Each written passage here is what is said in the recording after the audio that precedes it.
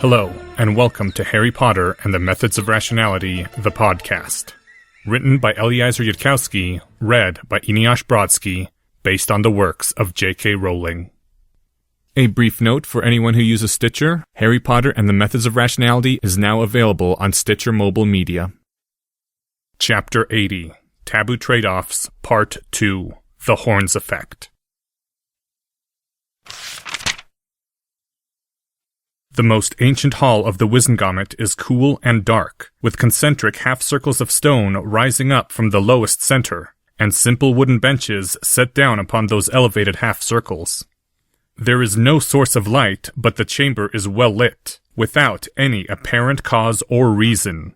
It is simply a brute fact that the hall is well lit.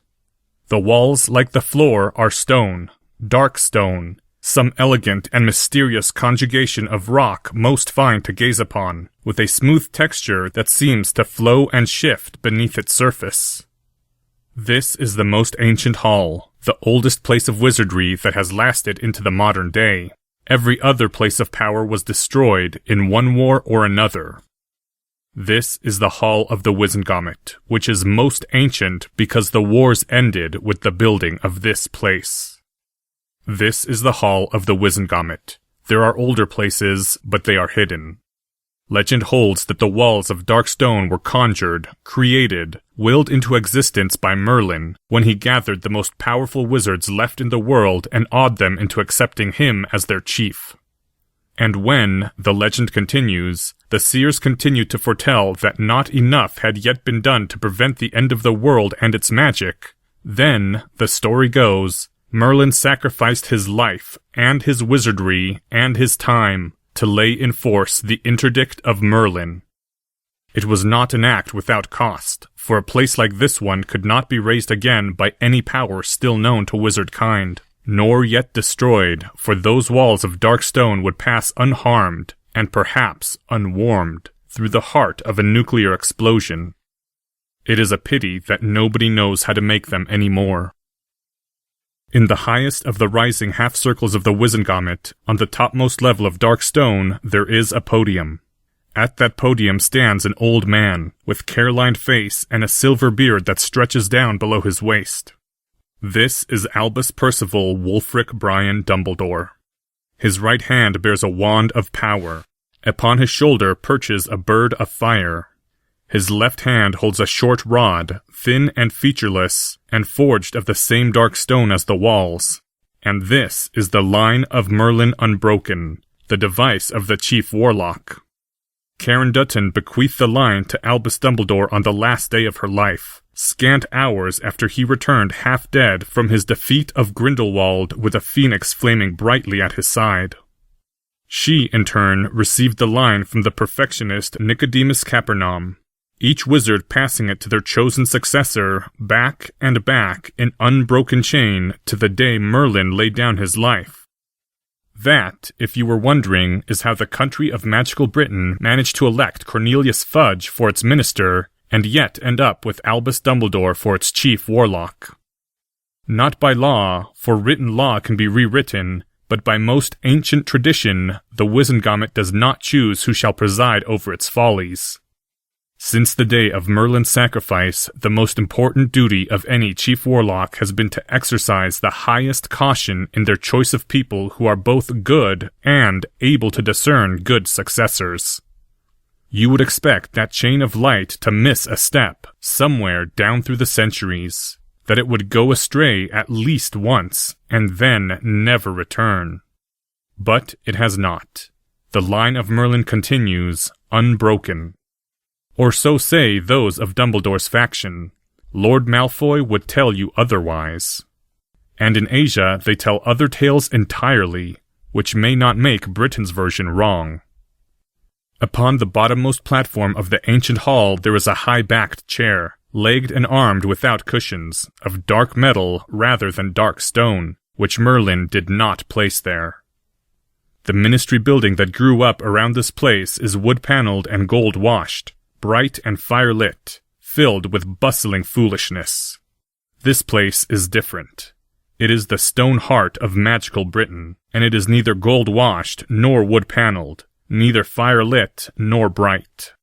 Filing solemnly into this room are witches and wizards in plum-colored robes, each embroidered with a silver W. They carry themselves with an air of seriousness, showing that they are well aware that they are terribly, terribly important. They are meeting in the most ancient hall, after all. They are the lords and ladies of the Wizengamot, and they consider themselves the greatest folk of the world's greatest magical country. Lesser folk have fallen before them on bended knee in supplication. They are powerful, they are wealthy, they are noble. Are they not great? Albus Dumbledore knows everyone in this room by name. He has taught many of them, though too few have learned. Some are his allies, some his opponents, the rest he courts within the careful dance of their neutrality. All of them, to him, are people. The current defense professor of Hogwarts, if you asked him for his opinion of the lords and ladies, would say that while many of them are ambitious, few have any ambition. He would observe that the Wizengamot is exactly where someone like that would end up, that it is exactly the sort of opportunity you would grasp if you had nothing better to do. Such folk are rarely interesting, but they are often useful. Pieces to be manipulated, points to be scored by the true players of the game.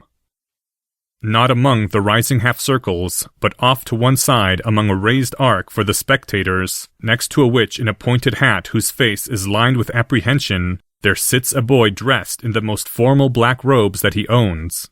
His eyes are green ice and abstraction, and he hardly glances at the lords and ladies as they bustle in. To him, they are just a collection of murmuring, plum-colored robes to decorate the wooden benches, visual background for the scene of the most ancient hall. If there is an enemy here, or something to be manipulated, it is merely the Wizengamot. The wealthy elites of magical Britain have collective force, but not individual agency. Their goals are too alien and trivial for them to have personal roles in the tale. As of now, this present time, the boy neither likes nor dislikes the plum-colored robes, because his brain does not assign them enough agenthood to be the subjects of moral judgment. He is a PC, and they are wallpaper. This view is about to change.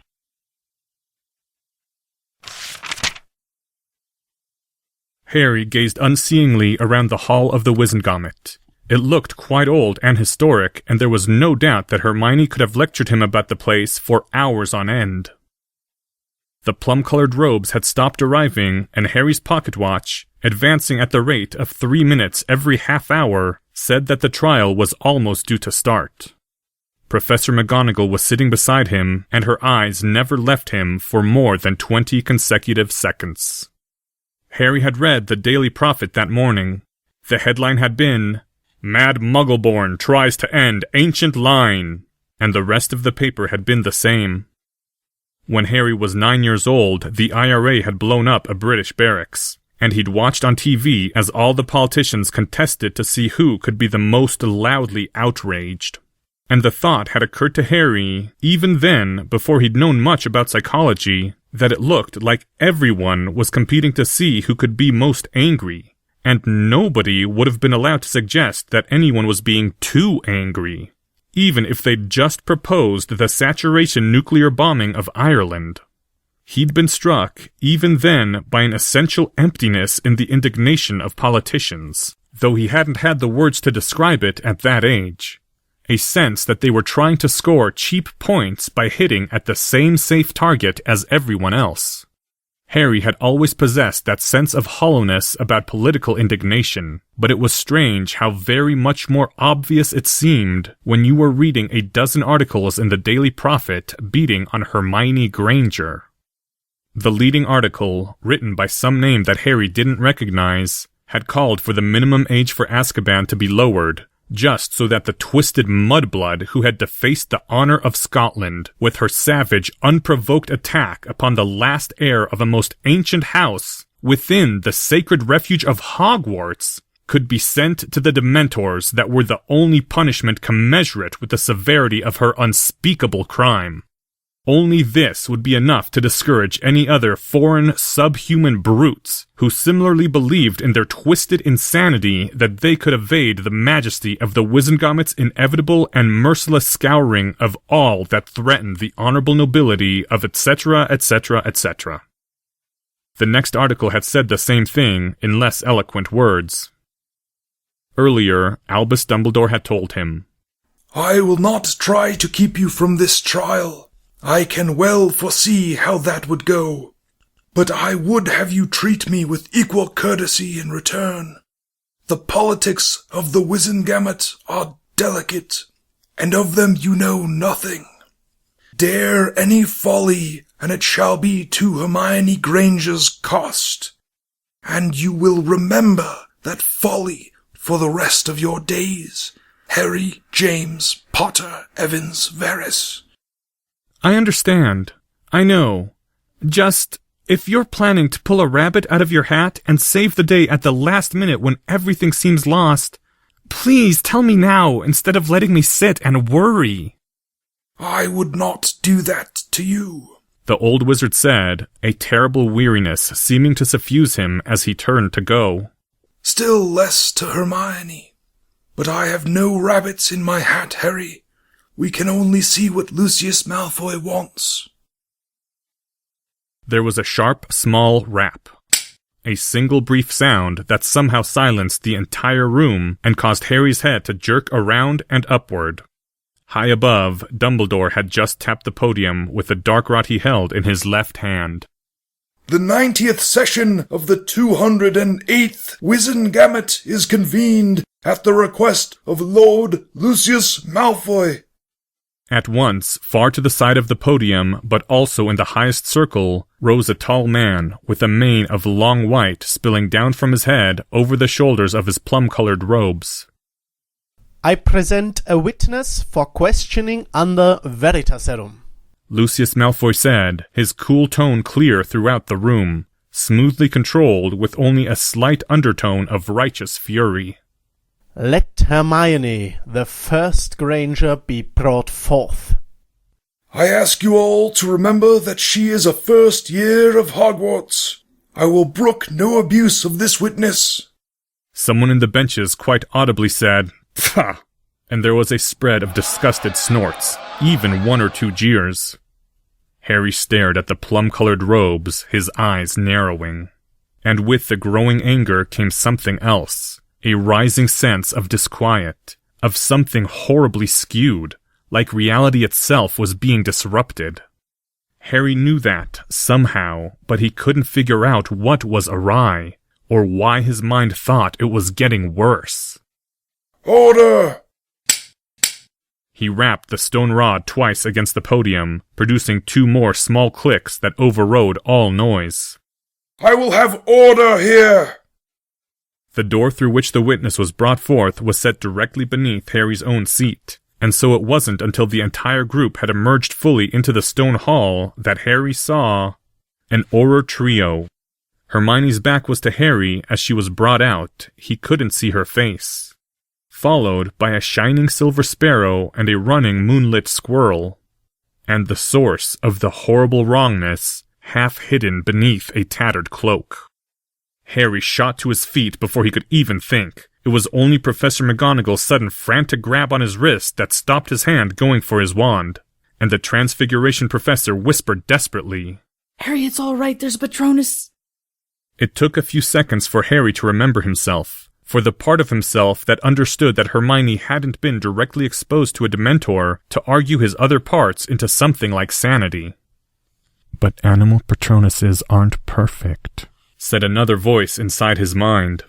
"Or Dumbledore wouldn't see the form of a naked man painful to look upon. You felt it approaching, animal Patronus or no." Slowly, Harry sat back down again as Professor McGonagall pulled down with her grip on his wrist. But by then, he'd already declared war on the country of magical Britain, and the idea of other people calling him a Dark Lord no longer seemed important one way or another. Hermione's face became visible to him as she sat down in the chair. She wasn't upright and defiant like she'd been in front of Snape. She wasn't crying like she'd been when the Aurors arrested her. She just sat there with a look of vacant horror as dark metal chains snaked out from the chair and bound her arms and legs. Harry couldn't take it. Without even thinking, he was trying to flee inside himself, flee into his dark side, pull the cold rage over himself like a shield. It took too long. He hadn't tried to go fully into his dark side since Azkaban. And then, when his blood was something like cold, he looked up again and saw Hermione in the chair again, and discovered that his dark side knew nothing about how to deal with this type of pain. It pierced through the coldness like a knife, and didn't hurt less in the slightest. "Why, if it isn't Harry Potter!" came a high, light female voice, sickly sweet and indulgent. Slowly, Harry turned his head away from the chair and saw a smiling woman wearing so much makeup that her skin looked almost pink, sitting next to a man that Harry recognized from photographs as Minister Cornelius Fudge. "Did you have something to say, Mr. Potter?" inquired the woman as cheerfully as if this wasn't a trial. Other people were also looking at him now. Harry couldn't speak. All the words in his mind would have been stupid to speak aloud. He couldn't find anything to say that Neville could also have said. Dumbledore had warned Harry that if anyone else wanted the boy who lived to speak, he must pretend to be his age. "The headmaster said I ought to talk," the boy said, not quite able to keep the edge out of his voice. "Oh, but you have our permission to talk. I'm sure the Wizengamot is always happy to hear from the boy who lived." Beside her, Minister Cornelius Fudge was nodding. The woman's face was puffy and overweight, visibly pale beneath the makeup. Almost inevitably, a certain word came to mind, and that word was toad. Which, said Harry's logical part, shouldn't correlate to morality in any way. Only in Disney movies were ugly people more likely to be evil, and vice versa. And those movies were probably scripted by writers who'd never been ugly. He'd give her a chance. Everyone in this room deserved one chance. "Because I got rid of the Dark Lord?" the boy said, and pointed at the Dementor where it was hovering behind Hermione's chair. "There's something in this room that's darker." The woman's face narrowed, growing a little stern. "I realize a young boy like yourself may be scared by them, Mr. Potter, but the Dementors are quite obedient to the Ministry of Magic, and they would, of course, be necessary to guard." A 12-year-old girl? Those are the darkest creatures in the whole world! I could feel it coming here even through the Patronus! The wrongness coming nearer! It's horribly evil, and it'd eat everyone in this room if it could! It shouldn't be let near any child, ever! Not me, not her, not anyone! You ought to vote to send it away! "We'll certainly have no such vote." "That's enough, Madam Umbridge. Mr. Potter!" came Dumbledore's stern voice from high above. And then, after a short pause, the wizard went on. "Although, of course, the boy is correct on every count." Some of the members of the Wizengamot were looking abashed at the boy who lived's admonition, and a few others were nodding violently to the old wizard's words. But they were too few. Harry could see it. They were too few. The Veritaserum was brought in then, and Hermione looked for a brief moment like she was about to sob. She was looking at Harry, no, at Professor McGonagall, and Professor McGonagall was mouthing words that Harry couldn't make out from his angle. Then Hermione swallowed 3 drops of Veritaserum, and her face grew slack. "Gawain Roberts, your probity is known to all of us. If you would do the honors."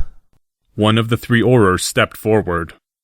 After the first few questions, Harry looked away and stared off to one side with his fingers in his ears as Hermione's brain played back the contents of the false memory charm. He couldn't handle the drug-dulled anguish in Hermione's voice as she recounted the false memories. And his dark side couldn't handle it either, and he'd already heard the contents summarized. Harry's mind flashed back to another day of horror. And even though Harry had been on the verge of writing off Lord Voldemort's continued existence as the senility of an old wizard, it suddenly seemed horribly and uniquely plausible that the entity who'd memory-charmed Hermione was the very same mind that had made use of Bellatrix Black. The two events had a certain signature in common. To choose that this should happen, plan for this to happen, it would take more than evil, it would take emptiness. Harry looked up for a moment then and saw that the plum-colored robes were watching, just watching. Sometime later, after all the stars in the night sky had gone cold and dark and the last light of the universe had sputtered down to embers and gone black, the questioning of Hermione ended.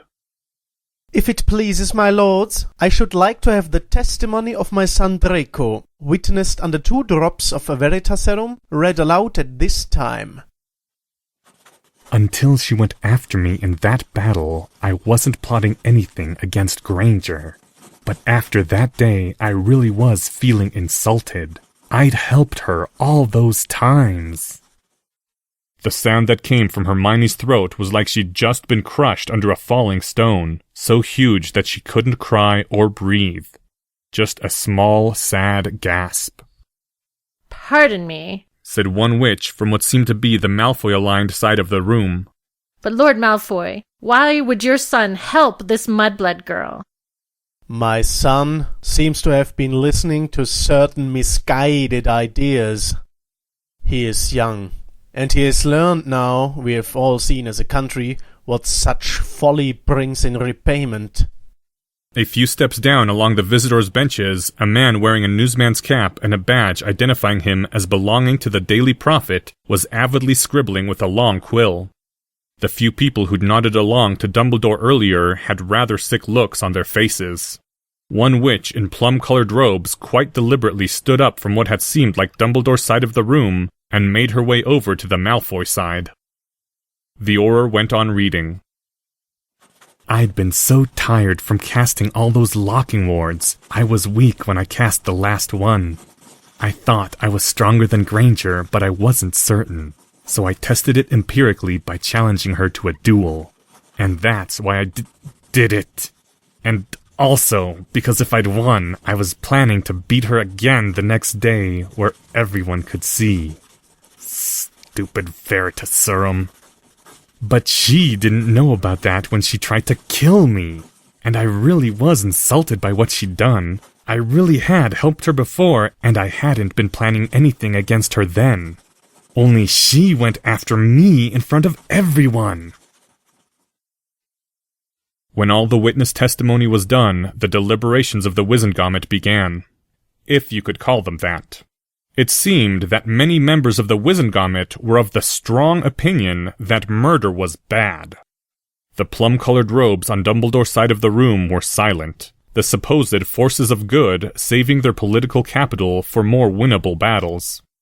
And Harry could hear, as though Professor Quirrell were standing next to him, a dry voice in his mind, explaining to him that it would hardly have been to the politician's own advantage to speak just then. But there was one wizard in the room whose status was high enough that he had, it seemed, transcended his caution against losing face. One wizard alone whose status was high enough that he could speak a word of sanity and escape unscathed. He alone spoke to defend Hermione, the man with a phoenix flaming bright upon his shoulder. Only Albus Dumbledore spoke. The Chief Warlock didn't raise the possibility that Hermione Granger was entirely innocent. That, the headmaster had explained to Harry, would not be believed, would only make it worse. But Albus Dumbledore said, in one gentle reminder after another, that the perpetrator was a first-year girl in Hogwarts, that many had done foolish things during their youth, that a first year in Hogwarts was simply too young to comprehend the consequences of her acts. He himself, the Chief Warlock said quietly, had attempted certain foolish things during his childhood when he was well older than she. Albus Dumbledore said that Hermione Granger had been beloved of all the Hogwarts faculty, and helped 4 Hufflepuff girls with their charms homework, and had scored 103 points for Ravenclaw over the course of the school year. Albus Dumbledore said that nobody who knew Hermione Granger would be anything but shocked by these events. That they had, all of them, heard the horror in her voice as she recounted her testimony. And if some unusual madness had temporarily possessed her, Then, his voice rising in stern command, she deserved nothing from them except sympathy and a healer's attentions. And at last, Albus Dumbledore reminded the Wizengamot, over cries of protest, that the charge was attempted murder, and not murder. Albus Dumbledore said, over a rising storm of objections, that no lasting harm had come to anyone. And Albus Dumbledore begged them not to do worse themselves than anything that had yet been done. "Enough!" bellowed Lucius Malfoy, and a show of hands ended the deliberations. The white-maned man stood tall and terrible, his silver cane held high in one hand like a gavel about to fall. "For what this mad woman has tried to do to my son, for the blood debt that she owes for trying to end the line of a noble and most ancient house, I say that she will—" "Azkaban!" roared a man with a scarred face, seated at Lord Malfoy's right hand. "Send the mad mudblood to Azkaban!" Azkaban! cried another plum-colored robe, and then another, and another. A click from the rod in Dumbledore's hand silenced the room. You are out of order, and your proposal is barbaric. Beneath the dignity of this assembly, there are things we do not do. Lord Malfoy? Lucius Malfoy had listened to this with an impassive face. "Well," Lord Malfoy said after a few moments. A cold gleam lit his eyes. "I had not planned to ask it, but if that is the will of the Wizengamot, then let her pay as any in her place would pay. Let it be Azkaban!" A great cheer of rage went up. Are you all lost? She is too young. Her mind would not withstand it. Not in 3 centuries has such a thing been done in Britain. What will the other countries think of us? Said the sharp voice of a woman that Harry recognized as Neville's grandmother. Will you guard Azkaban after she goes there, Lord Malfoy? Said a stern old witch that Harry didn't know. For my Aurors may decline to guard it, I fear, if small children are kept within. The deliberations are ended. But if you are incapable of finding Aurors who can obey the vote of the Wizengamot, Madam Bones, you may relinquish the position. We can easily find another to serve in your place. The will of this hall is clear. For the monstrosity of her crimes, the girl is to be tried as an adult and punished accordingly. 10 years in Azkaban. The justice for attempted murder. Is there no alternative to this, Lucius? We may retire to my chambers to discuss it if need be. The tall man of the long white hair turned, then, to regard where the old wizard stood at the podium, and the two stared at each other for a long moment. When Lucius Malfoy spoke again, his voice seemed to tremble ever so slightly, as though the stern control on it was failing. Blood calls for repayment. The blood of my family. Not for any price will I sell the blood debt owed my son. You would not understand that, who never had love or child of your own. Still, there is more than one debt owed to House Malfoy, and I think that my son, if he stood among us, would rather be repaid for his mother's blood than for his own. Confess your own crime to the Wizengamot, as you confessed it to me, and I shall— Don't even think about it, Albus, said the stern old witch who had spoken before. The old wizard stood at the podium. The old wizard stood at the podium, his face twisting, untwisting. Stop it. You know the answer you must give, Albus. It will not change for agonizing over it. The old wizard spoke. No.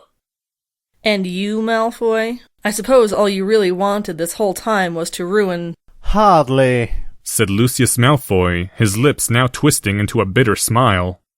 No, I have no purpose here but my son's vengeance. I only wish to show the Wizengamot the truth behind this old man's pretended heroism and his praise of that girl, that he would hardly think of sacrificing himself to save her. Cruelty worthy of a Death Eater indeed, said Augusta Longbottom. Not that I'm implying anything, of course. Cruelty! said Lucius Malfoy, the bitter smile still on his face. I think not. I knew what his answer would be. I have ever warned you that he only plays his pretended part. If you believe in his hesitation, the more fool you. Remember that his answer was the same. Let us vote, my friends. I think a show of hands will suffice for it. I do not imagine there will be many who choose to align themselves with murderers. The voice went cold on the last note, the promise in it very clear. Look at the girl. See her. See the horror you are committing. She is afraid. The Veritaserum must have been wearing off, because Hermione Granger's face was twisting beneath the slackness, her limbs trembling visibly beneath the chains, as though she were trying to run from that chair, but was pressed down by weights larger than the enchanted metal links that bound her. Then there was a convulsive effort and Hermione's neck moved, her head twisted, enough to bring her eyes into line. She looked at Harry Potter, and though she didn't speak, it was absolutely clear what she was saying. Harry, help me. Please. And in the most ancient hall of the Wizengamot, an icy voice rang out. Speech the color of liquid nitrogen, pitched too high for that it came from too young a throat. And that voice said, "Lucius Malfoy!" In the ancient and hallowed halls of the Wizengamot, people looked around, and it took their eyes too long to find what they sought. It might have been high in pitch, it might have been under-loud for the words being spoken, and yet even so, you wouldn't have expected to hear that voice from a child. It wasn't until Lord Malfoy spoke in return that people even realized where they should be looking. Harry Potter, said Lucius Malfoy. He did not incline his head. Head spun, eyes moved, and people focused on the messy-haired young boy standing near the weeping older witch. The boy stood merely chest-high with his shoes on, dressed in short robes of formal black. Though unless your eyes were keen indeed, you couldn't have seen, from all the way across the hall, that famous and deadly scar beneath his messy hair. "This folly does not become you, Lucius. 12-year-old girls do not go around committing murders. You are a Slytherin and an intelligent one. You know this is a plot. Hermione Granger was placed on this game board by force, by whatever hand lies behind that plot. You were surely intended to act just as you are acting now. Except that Draco Malfoy was meant to be dead, and you were meant to be beyond all reason. But he is alive, and you are sane. Why are you cooperating with your intended role in a plot meant to take the life of your son?" A storm seemed to be raging inside Lucius, the face beneath the flowing white hair threatening to crack open and spill something unguessable. The Lord of Malfoy seemed to almost speak once, and then twice again, swallowing 3 unheard sentences before his lips parted for true. A plot, you say? His face was twitching, hardly controlled. And whose plot would that be, then? If I knew, I would have said so a good deal earlier. But anyone who had ever been Hermione Granger's classmate could tell you that she is a most unlikely murderess. She does, in fact, help Hufflepuffs with their homework. This was not a natural event, Lord Malfoy. Plot or no plot, this mudblood filth has touched my son, and for that I will end her. You should know that full well, Harry Potter. It is questionable, to put it mildly, whether Hermione Granger actually cast that blood-cooling charm. I do not know the exact circumstances or what spells were involved, but simple trickery would not have sufficed to make her do it. She did not act of her own will, and perhaps did not act at all. Your vengeance is being misdirected, Lord Malfoy, and deliberately so. It is not a 12-year-old girl who deserves your ire. And what do you care for her fate? What is your stake in this?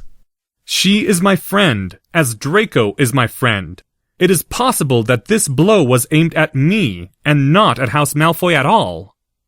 Again the muscles jumped in Lucius's face.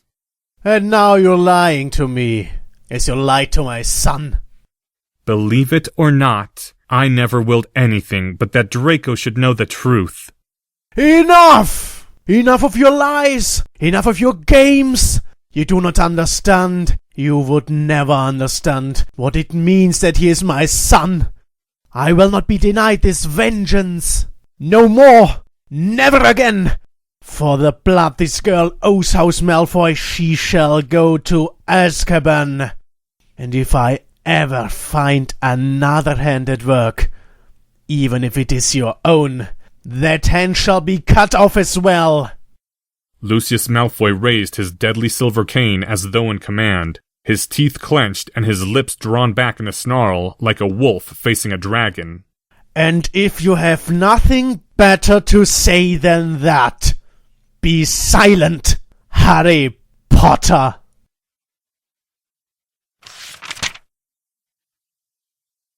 Harry's blood was hammering even beneath the ice of his dark side. The fear for Hermione, the part of him that wanted to lash out at Lucius and destroy him where he stood for his insolence and his stupidity. But Harry didn't have the power. He didn't even have a single vote in the Wizengamot. Draco had said that Lucius was scared of him, for some unknown reason, and Harry could see it in the rictus that Lord Malfoy's face had become, drawn and tight, that it was taking all his courage for him to tell Harry to shut up. So Harry said, his voice cool and deadly, hoping to hell that it meant something, "You will earn my enmity if you do this thing, Lucius." Someone in the lower rows of what was evidently the blood-purest side of the Wizengamot, who was looking down at the young boy rather than up at the Lord Malfoy, laughed in outright incredulity. Other plum-colored robes began to laugh as well. Lord Malfoy gazed at him with hard dignity as that laughter spread. If you want the enmity of the House of Malfoy, you shall have it, child. Now really, said the woman with too much pink makeup. I think this has gone on quite long enough. Wouldn't you say, Lord Malfoy? The boy will miss his classes. Indeed he will. I call the vote, by show of hands, that the Wizengamot acknowledge the blood debt owed to the noble and most ancient House of Malfoy for the attempted murder of its last scion and ending of its line by Hermione, the first Granger. Hands shot up one after another, and the secretary who sat in the bottom circle began to make marks on parchment to tally them, but it was obvious which way the majority had gone. And Harry screamed inside his mind, a frantic call for help to any part of himself that would offer a way out, a strategy, an idea. But there was nothing. There was nothing. He'd played his last cards and lost. And then, with a last convulsive desperation, Harry plunged himself into his dark side, pushed himself into his dark side, seizing at its deadly clarity, offering his dark side anything if it would only solve this problem for him. And at last, the lethal calm came over him, the true ice finally answering his call. Beyond all panic and despair, his mind began to search through every fact in its possession, recall everything it knew about Lucius Malfoy, about the Wizengamot, about the laws of magical Britain. His eyes looked at the rows of chairs, at every person and everything within range of his vision, searching for any opportunity it could grasp.